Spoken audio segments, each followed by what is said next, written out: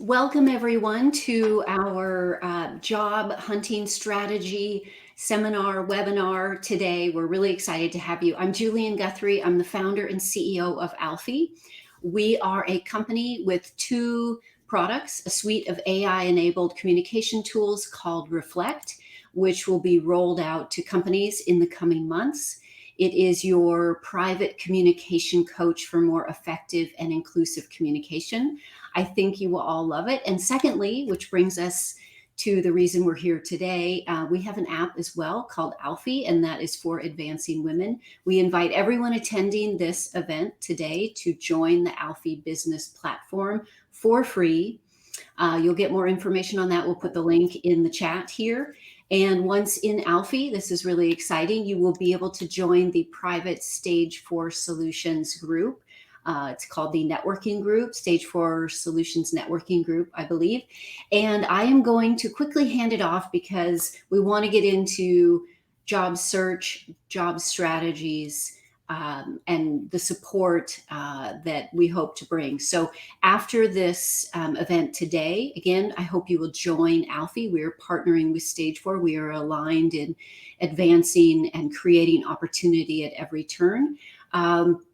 So after Niti does her incredible talk and presentation today, we are here at Alfie to continue to provide this sort of wraparound community learning and support. So Niti, I will hand it over to you now, and I'm really excited to learn and hear and be inspired by all of the knowledge that you bring and expertise. Thank you, Julian. I really appreciate that. And thank you for everyone on this talk to talk about effective job search strategies. So I'm Nidhi Agrawal. I'm the CEO of Stage 4 Solutions, and we are a staffing firm. For the last 21 years, we have been working with high-tech companies primarily on filling gaps in their teams. Both in marketing teams, but also in IT, finance, tech support. So what we wanted to share today, and Jules, if you could put the first slide up, thank you. What we're going to be sharing today is our insights and perspectives and recommendations from 20 years of working with primarily high-tech companies, and our insights on how best to look for jobs. So these slides will be emailed to you after the presentation if you've signed up for the event. We'll also send you the link to our website as well as the link to Alfie to join the network that Julianne alluded to. And I wanted to say during this presentation, if you have any questions, please put them in the comments. I'll try to answer them as we go, but I might miss them. But then about half our time, so about 20, 25 minutes at the end, will be reserved for Q&A. And my team, my colleague, Selin Warner, our VP of Marketing, will be at making sure we try to answer all the questions that we have in the comments. And so, but you can ask them during the presentation and I'll try to look at them, but if I miss them, we'll get them at the end. Okay, and then if we go to the next slide.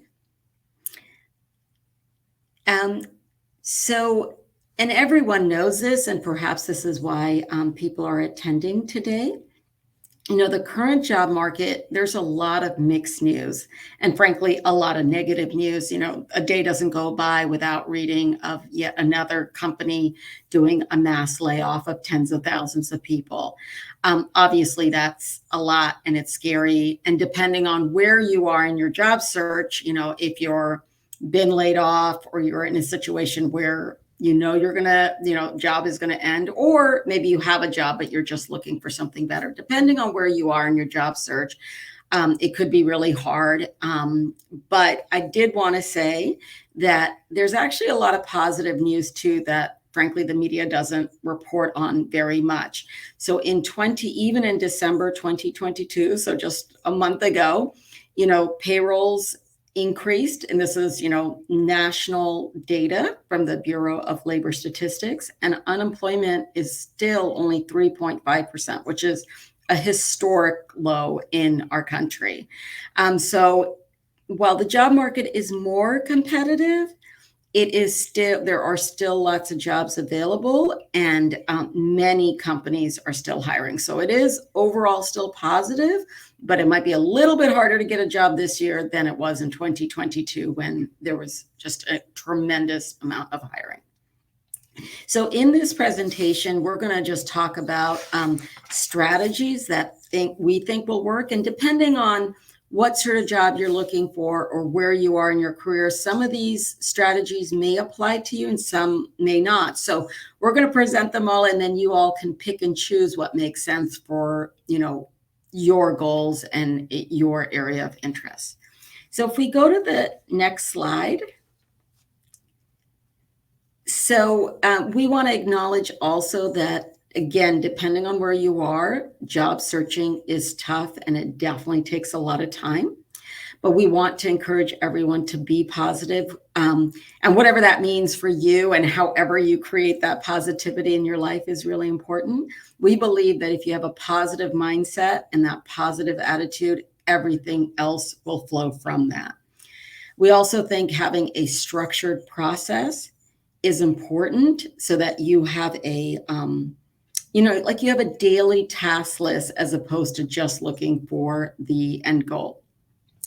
And we're going to start here by first talking about building the foundation for a job search, then building your target list of companies and job types, and then working through our strategies. And if you work hard and you're focused, I'm super confident you will be successful even right now.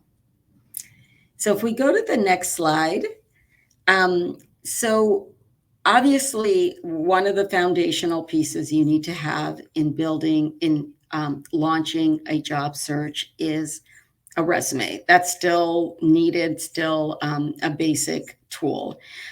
So our suggestions are, even if you've worked for a long time, as I've been working for several decades, it's important to keep your resume relatively short. We recommend no longer than 3 pages, because if it's too long, hiring managers aren't going to get to page 8 or 9 or 10. And it's also important to focus the resume on the responsibilities you've had in the last 10 to 15 years of your career, assuming you've worked for longer. And the reason for that is, technology and jobs change so quickly. So what you did, 20 years ago is a lot less relevant to employers than what you did 2 years ago. So that's why you want to focus on the last 10 to 15 years. A small point is for each company on your resume, unless it's a really big name company, you want to describe in one bullet point underneath the company name, the size of the company, what space they're in, etc., so that hiring managers can quickly see the context of the work you did. Basic point, have your full contact information and your LinkedIn profile on the resume so people can easily look you up. And then explain each job with a limited set of 4, 5, 6 bullets, and focus on the responsibilities you had, but also the results you achieved. It's really important to talk about the results, and a lot of people forget that. And it's okay to have different resumes for each different job type. So maybe you've had 2 or 3 different types of roles in the past and you're open to any of them. It is okay to have 3 different versions of your resume, and you can use each of them for the different types of jobs you're applying to.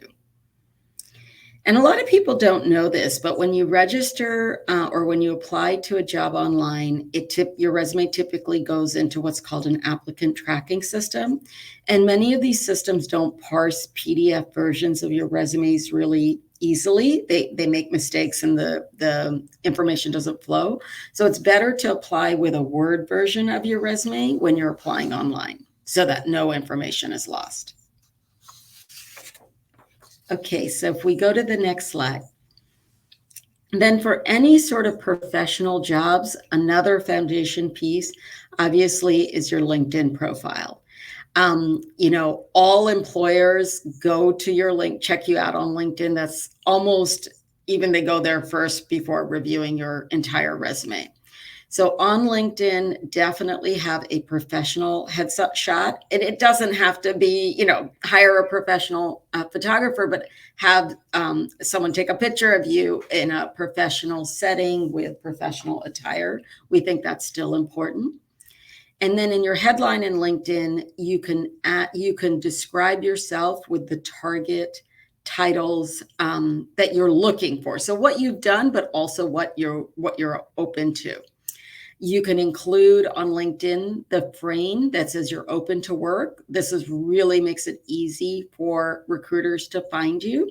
And, if you're in a job and you don't want to put open to work, obviously you can't do that. But if you're not working right now, you can certainly put that frame on your picture. And if you really want to make yourself easier to be found, you can put your email address and your phone number in your headline on LinkedIn. So if you go to me on LinkedIn, my email address is right at the top. And so anyone can email me really easily. You can also work through your past hiring managers or your past managers and your colleagues and ask for recommendations. Building up your recommendations on LinkedIn is really nice because it helps you stand out. And recruiters and hiring managers definitely look at your recommendations on LinkedIn. Also, you want to put all your professional experiences on LinkedIn. And obviously, there's a lot more real estate on LinkedIn versus your resume. So you can definitely have more details on LinkedIn, but you want to make sure your resume and your LinkedIn profile match, that all the same companies are there, the dates line up, etc. You don't want there to be conflicts between the resume and LinkedIn. And then depending on your background and the role, if you're, say, a video producer or if you're a software engineer, you can add, public content that you've created on your LinkedIn profile. It's just another way of showcasing your expertise in the area of work that you do. And then finally, connect broadly. Anyone you've worked with, personal friends, people you've met at conferences, please connect broadly. There's no limit, or if there's a limit to the number of connections you have on LinkedIn, we haven't hit it. I think I have something like 10 or 11,000 connections, so there's no limit. So definitely connect broadly. Okay. So yes, next, search. Okay, so once you have a great resume or a number of great resumes and a really complete LinkedIn profile and a strong community on LinkedIn, then you want to build your job search, plan. And, my background is in marketing. So this is really saying, okay, who is your target company? Like, where do you want to work and what jobs do you want? So we'll get in and then network into those jobs and companies. So here are some very tactical things you can start doing. So first, make a list of your target companies. Make sure they align with your interest and your past experiences. So I will say, with the tightening job market, most employers are looking for candidates that, are either from their industry or have similar backgrounds. If you want to make a job transition, you really want to think about what you've done in the past that aligns to that new role. Okay, but after you have your target list of companies, and this can be a pretty broad list. Obviously, the broader it is, the more work it is, but it's okay that it's a broad list. Then you want to follow each company on LinkedIn. Really easy to do. You just follow their company page. And this is important because all companies put their open jobs on their company page, and it'll be really easy for you to get those notifications. So you don't have to go to each website all the time. Also, once you connect on their company page, you can go to the People tab and you can see the people you know at those companies, and you can see the people that you know who knows people at those companies. And so you definitely want to connect with those people and ask for potentially referrals to the mutual connections, or even ask for connection requests to the mutual connections you see at your target companies. Okay. Then you also want to say, well, what are the job titles that you're interested in and what you're qualified for? So you definitely want to be clear, right? Like it's okay to be a bit aspirational about what you're going for, but you also want to be realistic. Like, yes, I am mostly qualified for this role. My background meets what this role would be looking for. And then lastly, you want to network into companies with the right title, companies on your target list, and people that who would be hiring managers for the job titles you're interested in. This is a small point, but when you're asking for connection requests on LinkedIn, you definitely want to create a custom message. Really easy to do. So you want to be very specific in why you're reaching out, maybe mention the mutual connections you share. And they're far more effective. More people are going to connect with you if you have a custom message than if you don't. Great. Thank you. Then once you have your target markets, your resume, your LinkedIn profile, and you have a good marketing plan, if you will, like who are you targeting for your job search, then you want to identify the right job boards for you and build your profile on these job boards. So in terms of job boards, there's a lot out there. I think I did a Google search. I think there's like 350 job boards. So there's a lot. There's some general ones like Indeed and ZipRecruiter and Dice if you're more technical. There's also a lot of very specific job boards depending on the industry and the type of job you want. So first, find those job boards that are applicable for your interests, and then set up accounts in all of the different job boards so you can see which ones are going to be working for you and which ones are not. And then you just want to make sure, again, your profile on the job boards and your resume and your LinkedIn profile all match. I mean, they can have different information, but they shouldn't be in conflict. Okay. The next slide. And then once you have all of those things, you can apply. We suggest that you apply broadly to roles. It is true that, you'll apply to a lot of roles, you might not get responses, etc. But it is also, people do get jobs from applying online. And so some best practices here: if you apply to a job often on a job board or on LinkedIn, it will mention the hiring manager, or at least the poster of the job. So after you've applied, you can go on LinkedIn and ask to connect with that job poster or hiring manager and say, hey, I just applied. I'm really interested in your company and this job. I just applied online. Would love to connect with you. And then once you've applied, you can also see what connections you have or contacts you have at that company. And you can ask your contacts for referrals to the hiring manager if you have their name, or at least say, hey, I've applied to this rec number. Could you please see if you know the hiring manager and connect me with them? So getting real specific with your request to your connections it makes it easier for them to help you. And then we think it's important to track where you've applied and then follow up on those jobs maybe 1 or 2 weeks after you've applied. We also think it's important to apply to jobs that you mostly meet the requirements, and I just put in 75% here. You don't have to be 100% match, because 2 things. We find a lot of job descriptions are kind of general. And when we talk to hiring managers, they're like, yeah, that's in my job description. I don't really need that though. And sometimes, 75% match if you have the right experiences, the right personality, the right determination is also really important to hiring managers. Okay, next slide. Then once you have applied broadly and you've gotten interviews, it shifts into interview prep.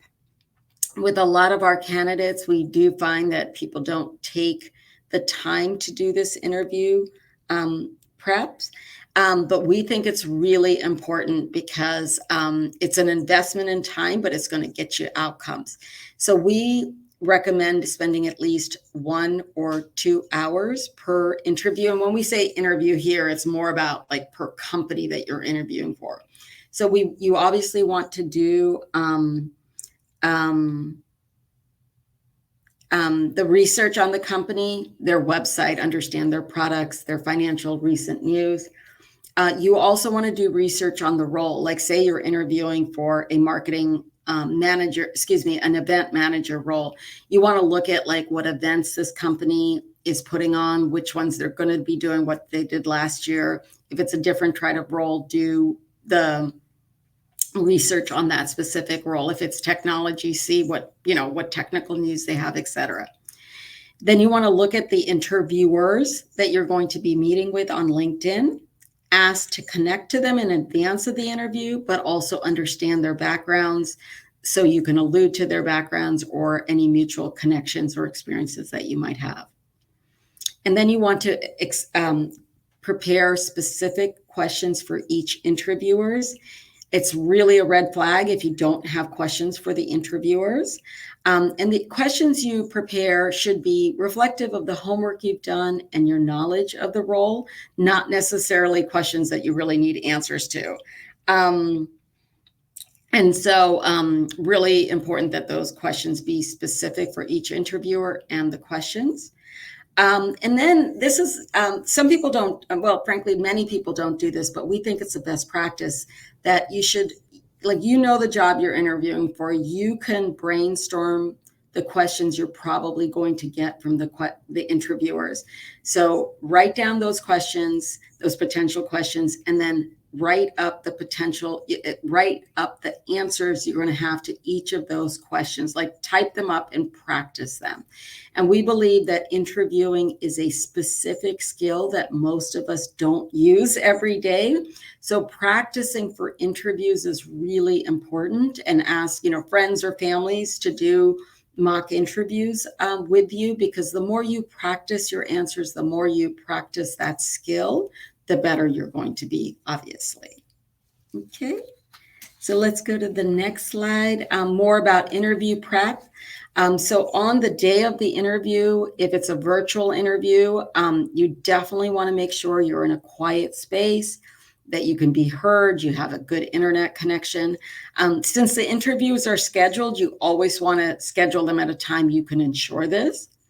If it's an in-person interview, obviously arrive early and account for traffic, time to park, signing in at the receptionist. All of those things take time. So you definitely want to plan to be very, very early. And then dressing appropriately. We believe that, for most jobs, business casual is still a safe choice. But if you're not sure, it's absolutely okay to ask the recruiter that you're working with about the internal dress code and, what you should wear. And even for virtual interviews, we think it's really important to dress appropriately.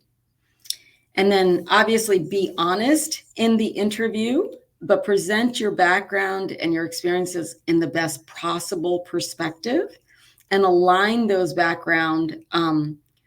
align your answers to what you think the company wants to, the industry the company's in or the job you're applying for. So you want to really align answers to that. And you never, ever want to be negative about past experiences or managers or coworkers. Obviously, we've all been in situations where, there were difficult managers or, unfavorable cultures.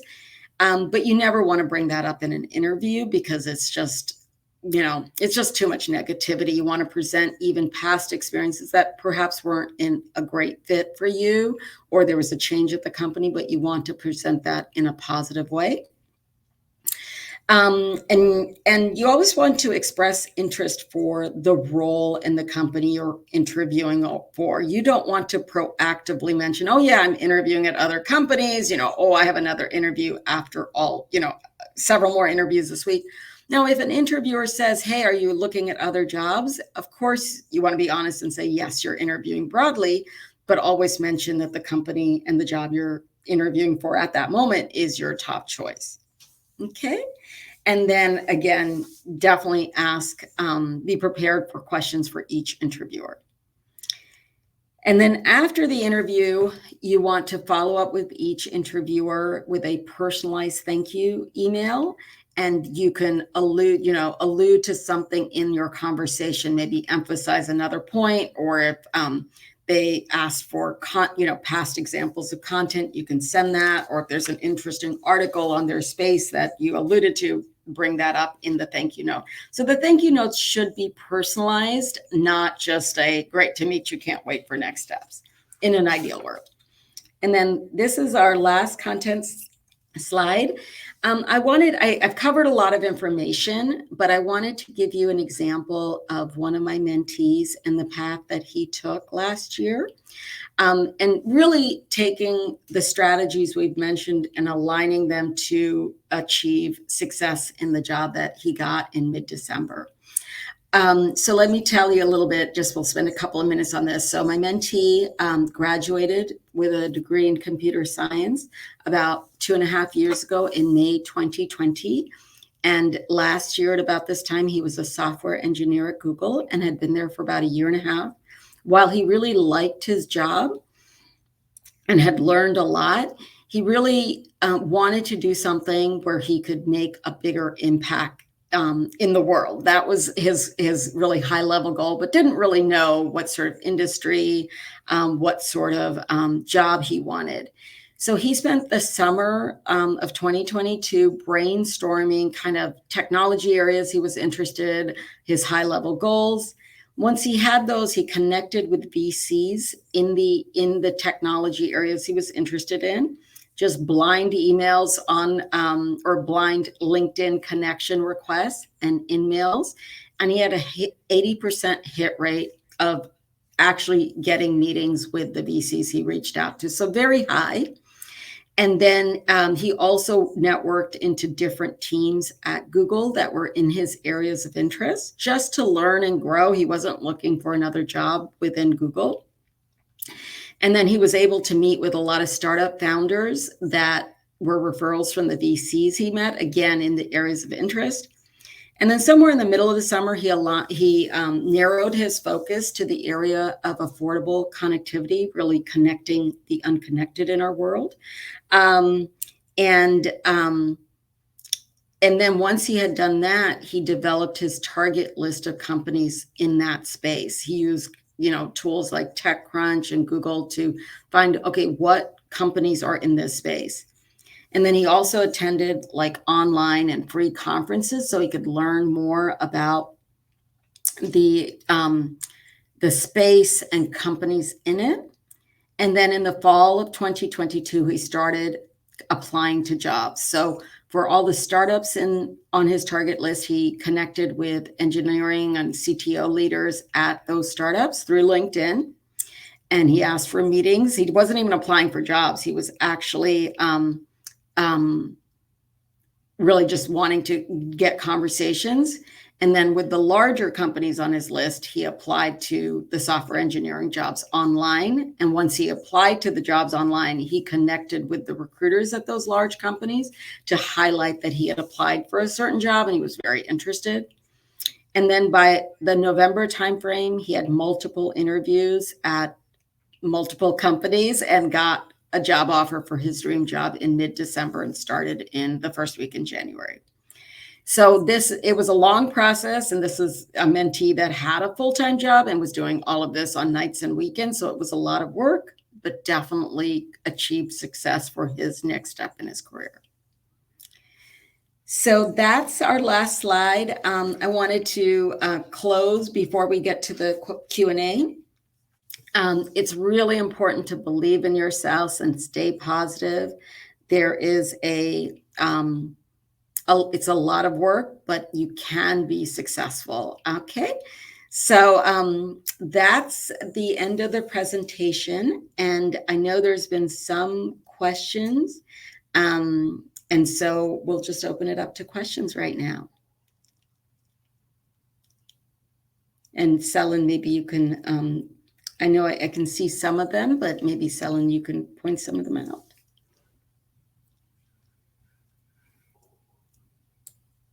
Uh, Jules, I think if you could let Selin back in to talk.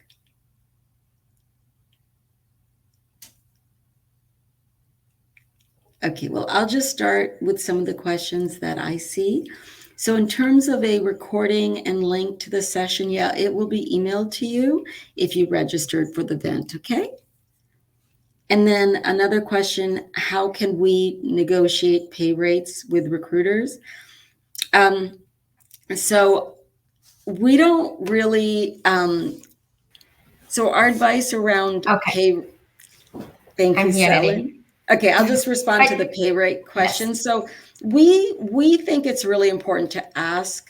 So on this, first of all, everyone should know that employers are not allowed to ask you what your salaries were in the past. That is illegal in California and in most states in the US.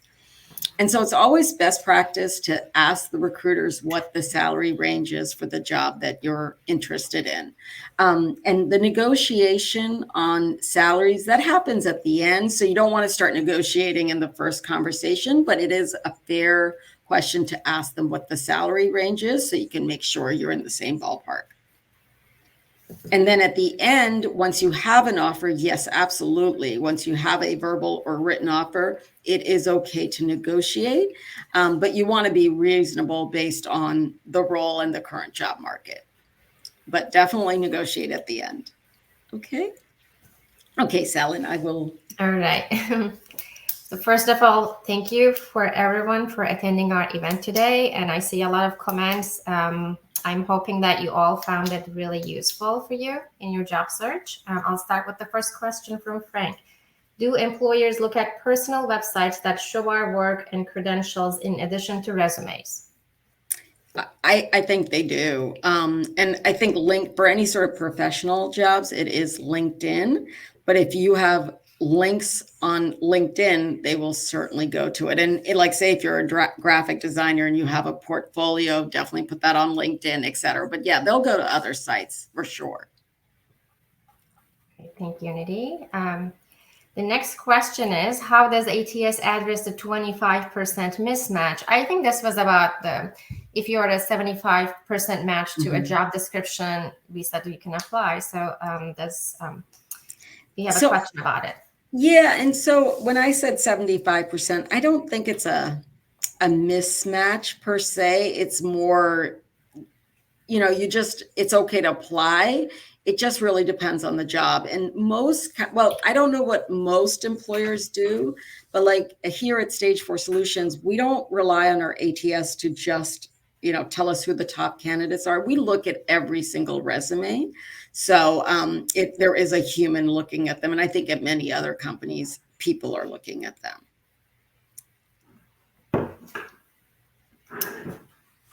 Thank you, Nidhi. And the next question is, do you recommend resume scanning tools to beat ATS/AI? And an example such as JobScan. Yeah, actually, I don't have an answer to that one. We don't have any recommendations on that. Sorry about that. Can't provide any guidance there. Okay. And we responded to pay rate negotiations. So the next one is, what is the top 3 advice to get a second round of interviews? Yeah, I mean, honestly, if you go to the slide on interview prep, and that is really what we would recommend. So, the way I tell people is your resume, your LinkedIn profile, that's really important to get to the first interview. But once you've had the first interview, you get the second interview completely based on how well you did in the first interview. And obviously the competition that, the other candidates interviewing. But the best way to get a second interview is to do a great job on the first interview. And you can largely control that by doing all the homework and practicing your interview skills. So that's a pretty general question, but that's important. When I talk to our clients and when someone doesn't get a second interview, sometimes it's because there's just a better candidate out there. But lots of times it's simple things. Sometimes it's because the candidate didn't ask them any questions. So the interviewer is saying, "Oh, I don't think they were that interested in my job, Nitty, because they didn't even do any homework on the company. They didn't even ask me any questions." So something as simple as that is really important. And I think that the personalized thank you note is also important. A lot of people don't do that, but I've had clients say, "Oh, I got this great thank you note," and they followed up so quickly with everything we had talked about or everything I asked. And so that's another way of getting that second interview. And connecting with interviewers on LinkedIn, that's important, because then you're taking that extra time. So you're showing that you're really interested in their job. Yeah, thank you, Nidhi. So the other question we have, can you share some questions to ask the interviewer at the end of the interview? Yeah, so I think this is very job specific, but I'll give an example. So say, and my examples are in marketing because that's my personal background and that's what I personally work on, the sorts of roles. Our company works on many other roles, but not me personally.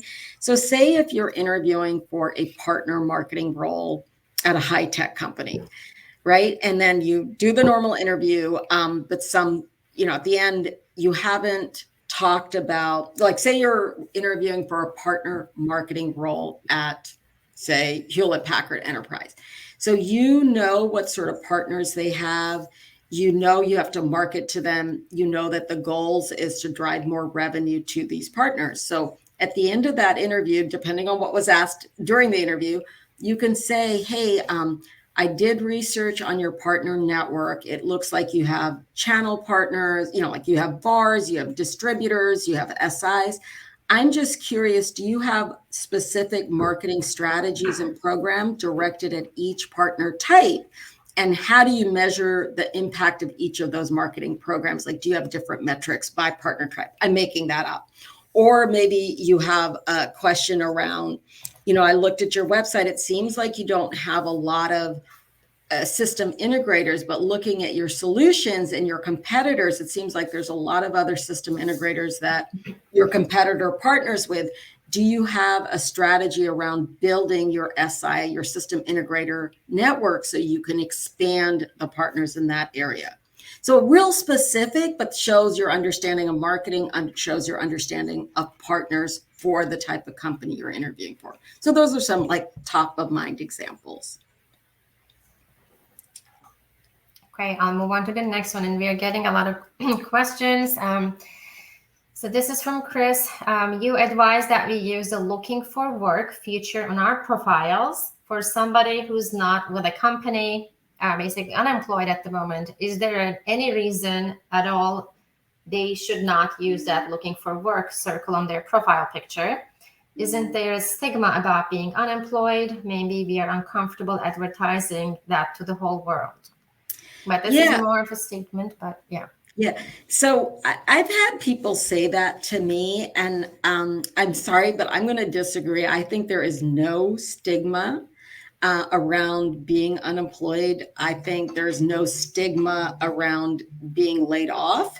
I personally know amazing professionals with decades of really strong experience that have been laid off multiple times. And I'm talking like successful entrepreneurs or VPs at large companies that are laid off for a variety of different reasons. I'm sorry, I didn't plug in my laptop today. That was not good. So I don't think there is any stigma around being laid off. And I think it really, so that's my opinion. But of course, you need to do what makes you comfortable. But you have to remember that recruiters at companies or companies, like at hiring companies or even staffing companies like mine, the recruiters are on LinkedIn trying to find those people who might be open to their jobs. So making yourself easier to find, I think it makes your life easier. But obviously you have to do what feels good to you. But if you've been laid off, you should feel no shame. There's nothing wrong with being laid off. I think we've all been laid off in our careers. You work long enough and you're going to be laid off. So I'm about to get to the next question. What is the best way to explain a gap in your employment when you were let go? Yeah, so I think that really depends on how long the gap is. My feeling and our feeling here at Stage 4 Solution is if you haven't been working for a few months, that's no big deal. It's totally fine to say, I was at this company, they had a layoff or restructuring, et cetera. And my job, I was let go, and then I've been looking for another job. It's fine. A few months is fine. Now, every now and then we'll see a gap of like a year or more, and I think then you have to have an answer, right? If you're looking for a job for a long time, it's really hard to look for a job, do a job search 10 hours a day, right? Or 8 hours a day. It's really hard. So if you have a long gap from work, if there's something in your personal life, you were taking care of a family member, et cetera, that's okay too. You could put like family sabbatical on your resume. Or if you don't have something like that, or even if you do, you might want to take that time to get like some certifications. There's a lot of like certifications from Google, or you can take classes on Coursera. They're not very expensive. So you can invest in yourself if you have a break from work. And that's a really good message. I know I've talked to hiring managers and say, hey, I really like this candidate because they were laid off. And yes, they were looking for a job, but they also took this time to enroll in classes, get some certifications to make themselves stronger. Like they're investing in themselves to be even better for their next employer. And that's a real strong message, because every job, every employer out there, you have to learn new things. So if you position yourself as a learner and an investor in your own skills, that's a message that resonates with any employer.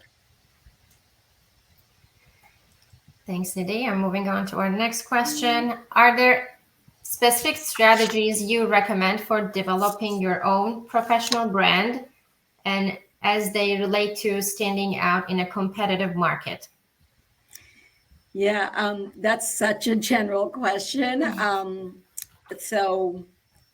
So I think it really depends, like what your background is and what you're looking for. But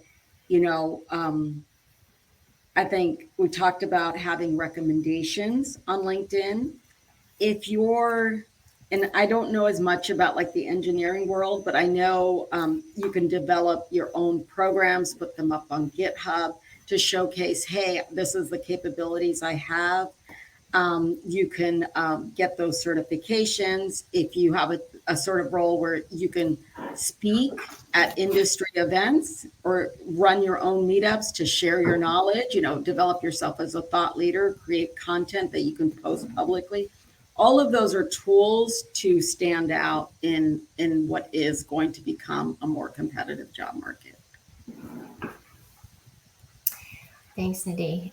So I will read the next question. You mentioned looking at every resume. Are you getting a lot of resumes now? And I can even say we get thousands every day. How is that implemented? When applying to jobs on LinkedIn, it will often say hundreds or thousands have applied. So feels like recruiters couldn't possibly sift through all of them. Yeah, that's a good question. So, I mean, I can't speak for all companies out there, but I'll speak for Stage 4 Solutions. So, yeah, we are getting hundreds of resumes for each posting. And what we really focus on is, filling contract roles. That's what Stage 4 Solutions does. But let me break it down, right? So for our recruiters, say we get 500 applicants. Like we had a job this week. I think we got like 500 applicants within 1 or 2 days. That seems like a lot, right? But what I say to our recruiters is you do need to look at every resume. And so there's some basic things we do here at Stage 4 Solutions. Like say if we're looking for someone in a certain geographical area, say it's an on-site role. So you can quickly within, 5 seconds look at a resume and say, hey, is this person even in the area we need them to work in?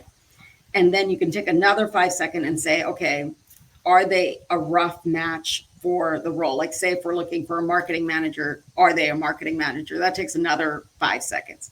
Then if they have those really basic things, you skim the rest of the resume, and it can take 1 to 2 minutes. So even if we get 500 resumes, that's like maybe, let's say, some percentage aren't at all a match, because some people out there will just apply to any role they see. And so you can quickly move those people out. Let's say you have 300 candidates that are in the ballpark, in the right location with the right skill set.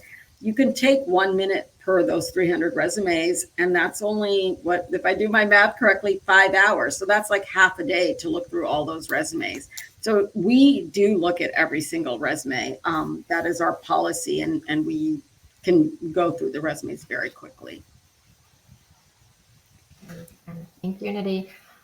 So there is a question, and Devin Woods asked, we may ask for further clarification, but the question is, if they ask that question, should we tell them that it is an illegal question? I think this was about the pay rate question. Yeah. So, I mean, yeah, honestly, I would, because it is a law, and the way to, like, let's put it this way. Sometimes when I'll talk to hiring managers and a candidate has said, the hiring manager asked me what my salary was, I go back to the hiring manager and say, hey, I know that, I don't expect you to be a labor law expert, but just to protect yourself, hiring manager, and the company that you work for, I just want to let you know that unfortunately, you're not, that is an illegal question. If I was interviewing and someone said, hey, Nidhi, what did you make at your last job? I probably wouldn't say, oh, that's an illegal question. You can't ask me that. But if I was working through a recruiter, I might say, hey, my understanding is that's a question that is no longer allowed in California, and again, in most states. But what's more important to me, and then switch it. What's more important to me is not about what I was making, hiring manager, but what I really want to understand is, what are you looking for in this job, and what is the pay range you have at your company for this role? Like, just switch it around. That it's not about what I made in the past. It's really about my interest. Like, I'm really excited about the job. I'm really open to a range of salaries. It's more about what you're off, if you're at a point to say, well, what are you offering? Again, being positive. You never want to put down the hiring manager in the interview. So. Okay. Oh, we keep getting questions. Okay, so let me move on to the next one quickly. How much value does a professional resume, LinkedIn cover letter review have? So my opinion on cover letters is that they're no longer relevant. So if you're uploading a resume into a website that you've applied to a job, like, you don't need a cover letter, because you should be customizing your resume for that opportunity. I believe that cover letters, are kind of passé in my mind, because I remember the day where we had printed resumes, and you had one standard resume and you printed it out on nice resume paper. And then the cover letter was supposed to say why you were interested in that role and draw out those elements of your background that match the role you were interviewing for. But now we don't have that, right? Each resume can be customized for each role. So I don't think you need a cover letter. Personally, that's my opinion. Then the next question is, I've had 2 interviews this week for VP roles, and the CEO interviewing me wanted me to go through every job since high school. Why did I join? What did I learn? Why did I leave? Why do companies do this versus learning more about my expertise? The responses took up the entire interview time. Should I have tried to redirect the conversation, or did I do the right thing and answered the question? Yeah, I think you have to answer the question. So I think you did do the right thing. And I'll be honest, I think when it depends on the side of the company and all of that, that you were interviewing for the VP role. But I will say, when interviewers want to learn more about your background and kind of the decisions you made, especially for executive level roles, they're trying to understand you and your personality type.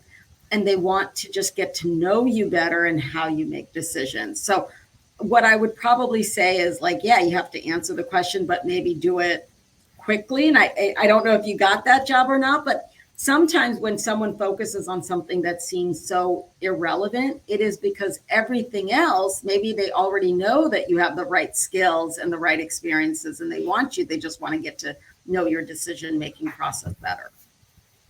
So that's, it's hard to answer that question without more details, but in general, there are people, like I'll tell you once I met a long time ago, I was an independent consultant and I used to interview a lot for consulting projects.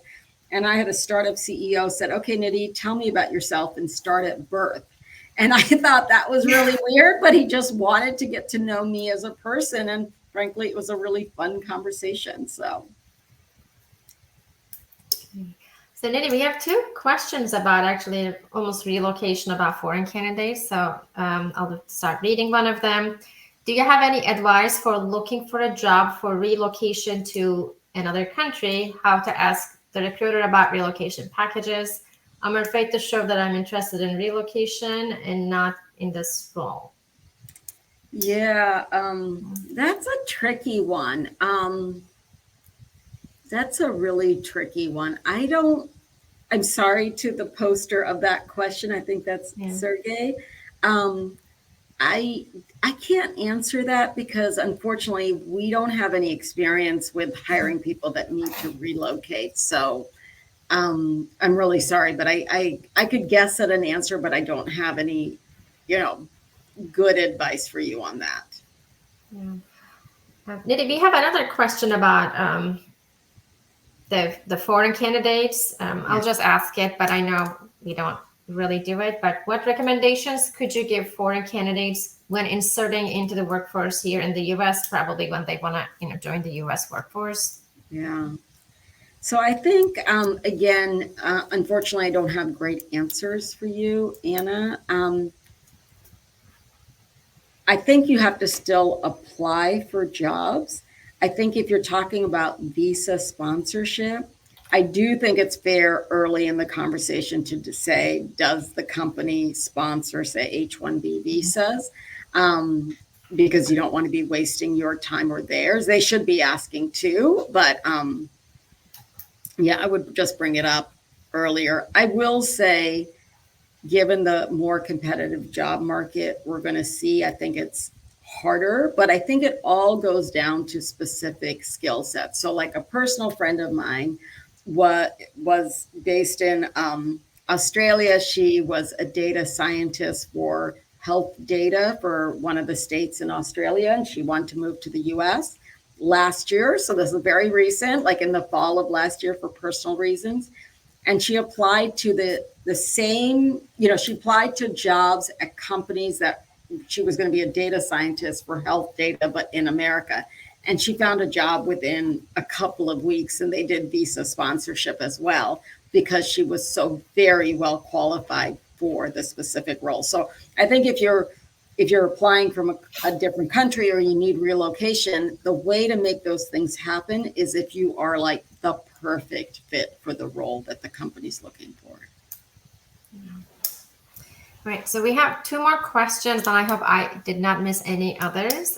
So Florence asked a question just recently. What strategy should one use when trying to change job roles using transferable experience? Yeah. So I think that's easier to do within a company than going into a new company. So like if you're in a company and you want to move from one area to another, one type of job to another, like you can work internally to make those, that internally, get a new job internally. I think that is easier because then people know you and your knowledge of the company transfers to the new job type. If you're trying to do it for a new company, it really just depends how aligned your skills are between what you've done and the new one.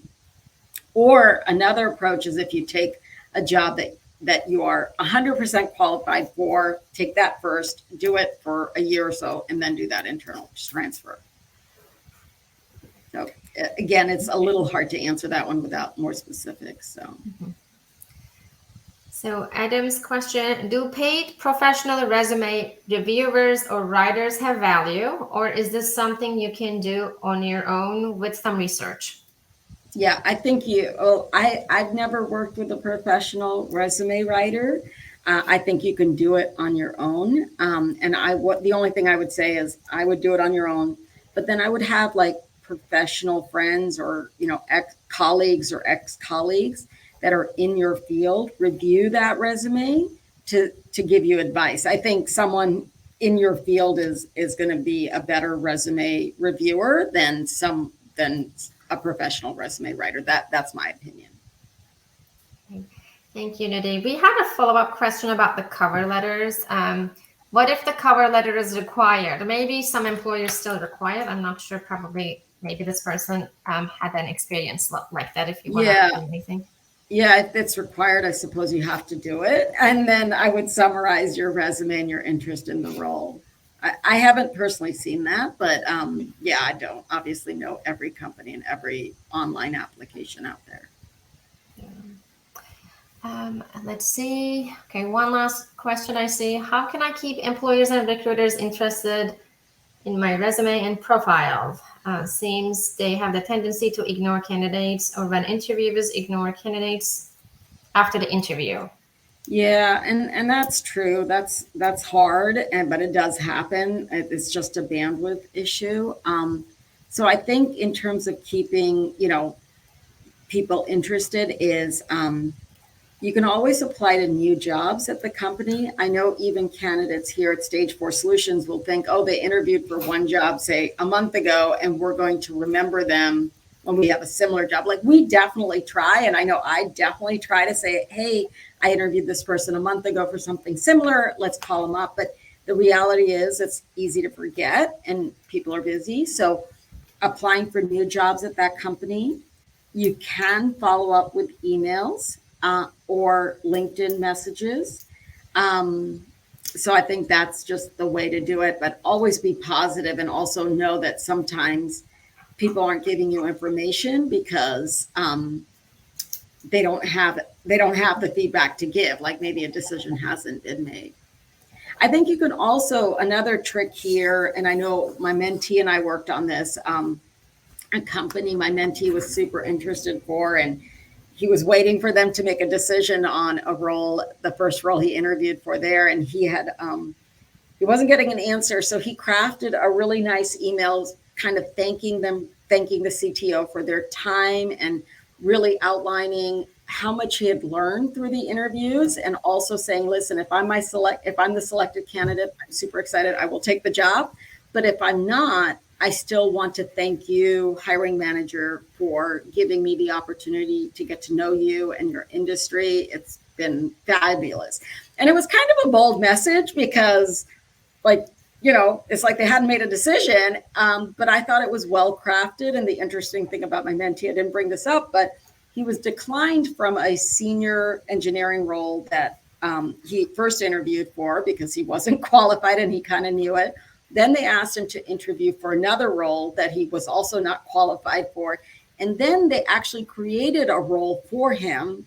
And he was the only junior engineer in the company, because his interest and his enthusiasm for the company and the space and the role was so high. They actually thought, okay, you don't have all the skills we want, but you have the interest and you're working hard at it. And so I think that's another way of doing it, to follow up with the hiring manager to say, hey, I was reading this article about your industry and I thought it was really exciting, blah, blah, blah. I thought I'd share it with you. So not just follow up like, hey, do you have a decision, but provide some value to them that expresses your interest and the time you put into their company. So that's another kind of tactic if you could apply, that you could employ, excuse me. So thank you, Nadine, and thank you everyone for all the questions. I think we are done. I don't see any other questions. Perfect. Thank you, Selin, for making sure we got to almost all the questions, or all the questions. So in addition to joining Alfie and our networking group there, if you're interested in roles, you can look at the Stage 4 Solutions website, the link's here. And you can also, if you don't see anything you're interested in, you can apply, just add your resume to our network so you could be there so our recruiting team can find you. If you'd like to connect with me on LinkedIn, that's fine too. So be happy to connect. Okay, thank you guys so much for taking this hour, and I really wish you the best of luck in your job search, and I hope you all, get the jobs that you're looking for. Thank you so much.